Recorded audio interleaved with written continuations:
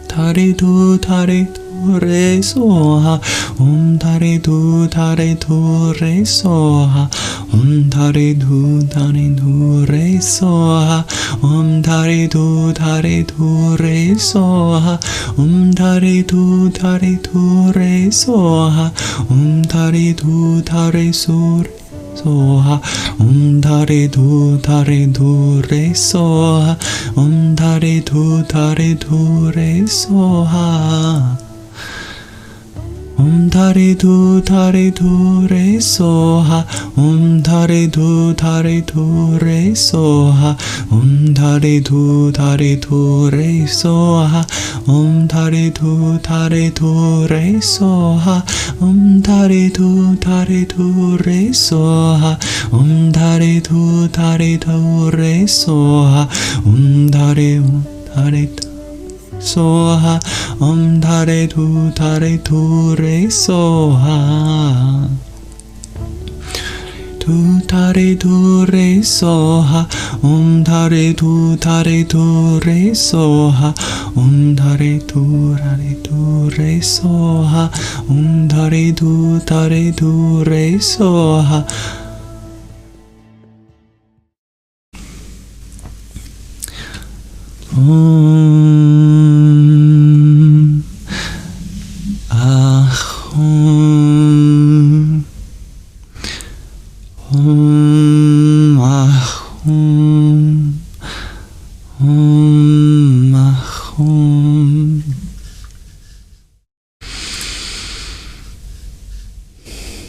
Thank you for listening or chanting along to the green Tara mantra.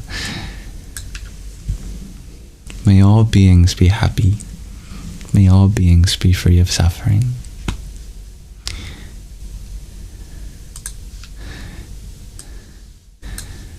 With that, we conclude our Nididhyāsana as well as our Sangha for tonight. So thank you for being here, even if it was just for the last few moments. To me, you followed along and it made you very peaceful. I am very happy to hear that. Thank you, dear Corina, for the rose that you sent. Namo Buddhaya. And Rainbow Mum, thank you for your hand hearts.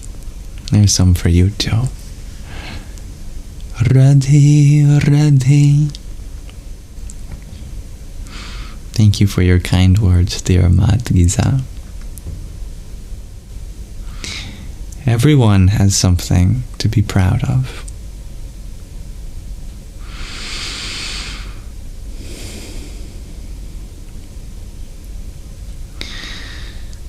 Now, dear, was it Anna? Yes, you asked if we could play the 17-minute Heart Sutra mantra sung by Gaia someday. I would love to. Thank you for the recommendation, dear Anna. I don't think I've ever heard the Heart Sutra. I've heard so much about it being one of the most important sutras of Buddhism. One of the most lovely to be heard. Yeah. Mm-hmm. Thank you, Lori Laws, for your Heart Me and Team bracelet. Om Namo Buddhaya. Lori, you asked if I remember being here from another lifetime. No. But I do feel like it's not the first time I've been here. And this earth feels like home. Home for a long time. And if I have the capacity to return here, I will be doing so. Mark my words. So without further ado, I bid you farewell. Okay, well, there'll be a little adieu. I wish to affirm to you that if you are struggling with anything in life, that you are absolutely allowed to feel the way you do. Remember that this too shall pass. Take care of your body. Make sure that it gets exercise, sunlight, good nutrition. If you're like me and your body naturally follows a more vegetarian diet, if while traveling the spiritual path, it's very good to consider the nutrients that we usually get from animal products. Make sure your B12 levels are good. Make sure that you're getting enough protein. Make sure for your anxiety that you're getting vitamin D. If you want a flexible body, I hear that zinc is really good too. Make sure you're getting enough iron so that your blood is oxygenated. Remember to drink water. I will do so. And my mother recently got me a copper water bottle, and just how beautiful this is. It's tradition in Ayurveda to drink from a copper water bottle or a copper cup.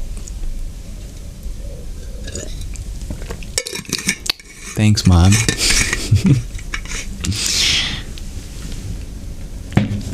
Take care of your mental health too. Continue to cultivate a positive mindset to bring to the world. Know that from your inner peace you can make a world a more peaceful place. Magnesium is really good for anxiety and for sleep too. I take it before bedtime. Thank you, Anazek, for your trio of roses too. Hare Krishna. Why copper? Asks Silber. I believe it's supposed to have antimicrobial properties, as with other precious metals. Well, copper isn't considered that precious, but in the periodic table, I believe it's very close to gold, silver, platinum, and they all have very similar properties. You wonder why a cutlery was made from silver, call it silverware, is because studies have shown that bacteria does not like silver, doesn't like to live on it. The same is true for other metals. If you want to dive into the mumbo jumbo, into the more esoteric side of it, it's said that the vibration of copper is very good. Whether you want to empower yourself with that is of course up to you. But that's what the tradition tells us. Anti-acidic, shares Lori. I did not know that, but that makes sense too. All right, thank you all for being here.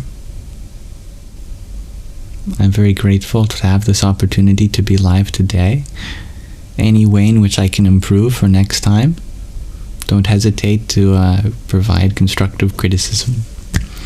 Any way in which I was not attentive to you, I am sorry, and I wish to do better next time. I wish to continue learning with all of you, and I hope you know that this live stream is an offering to you and the divinity inside you. Asato ma sadgamaya, tamaso ma jyotirgamaya, mrityor ma mritam gamaya. Om Shanti Shanti Shanti. Om.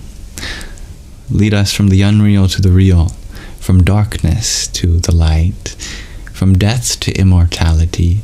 Om. Peace, peace, peace.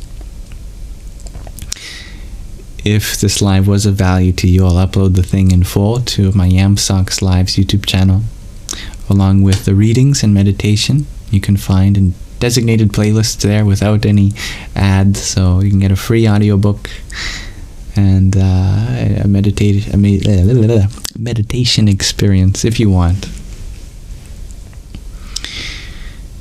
That's found in the link tree in my bio.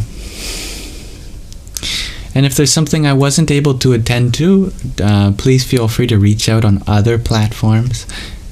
I don't message here due to the scammers that use my name and contact for out of services that even if I did provide, I'd do so for free, but they're trying to get some money out of it.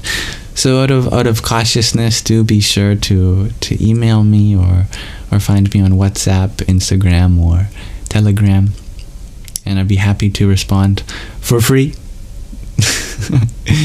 No price tag. If there is, then that's a good sign that you've reached one of my copycats. Thank you, dear Hybrid Jen, for your pair of pumpkins. Radhe Radhe. And dear Cher, thank you for your pumpkin. Hari Om Tat Sat. You, Gray, you share that you think my sign needs some more hearts. I will certainly add it. And what was that other thing that someone recommended for me to add? The 7-pointed star. That's right. Thank you, dear Samra, for your hanging lights as well. Jaya Sita Ram. May you all have a wonderful rest of your present moment. Namaskaram.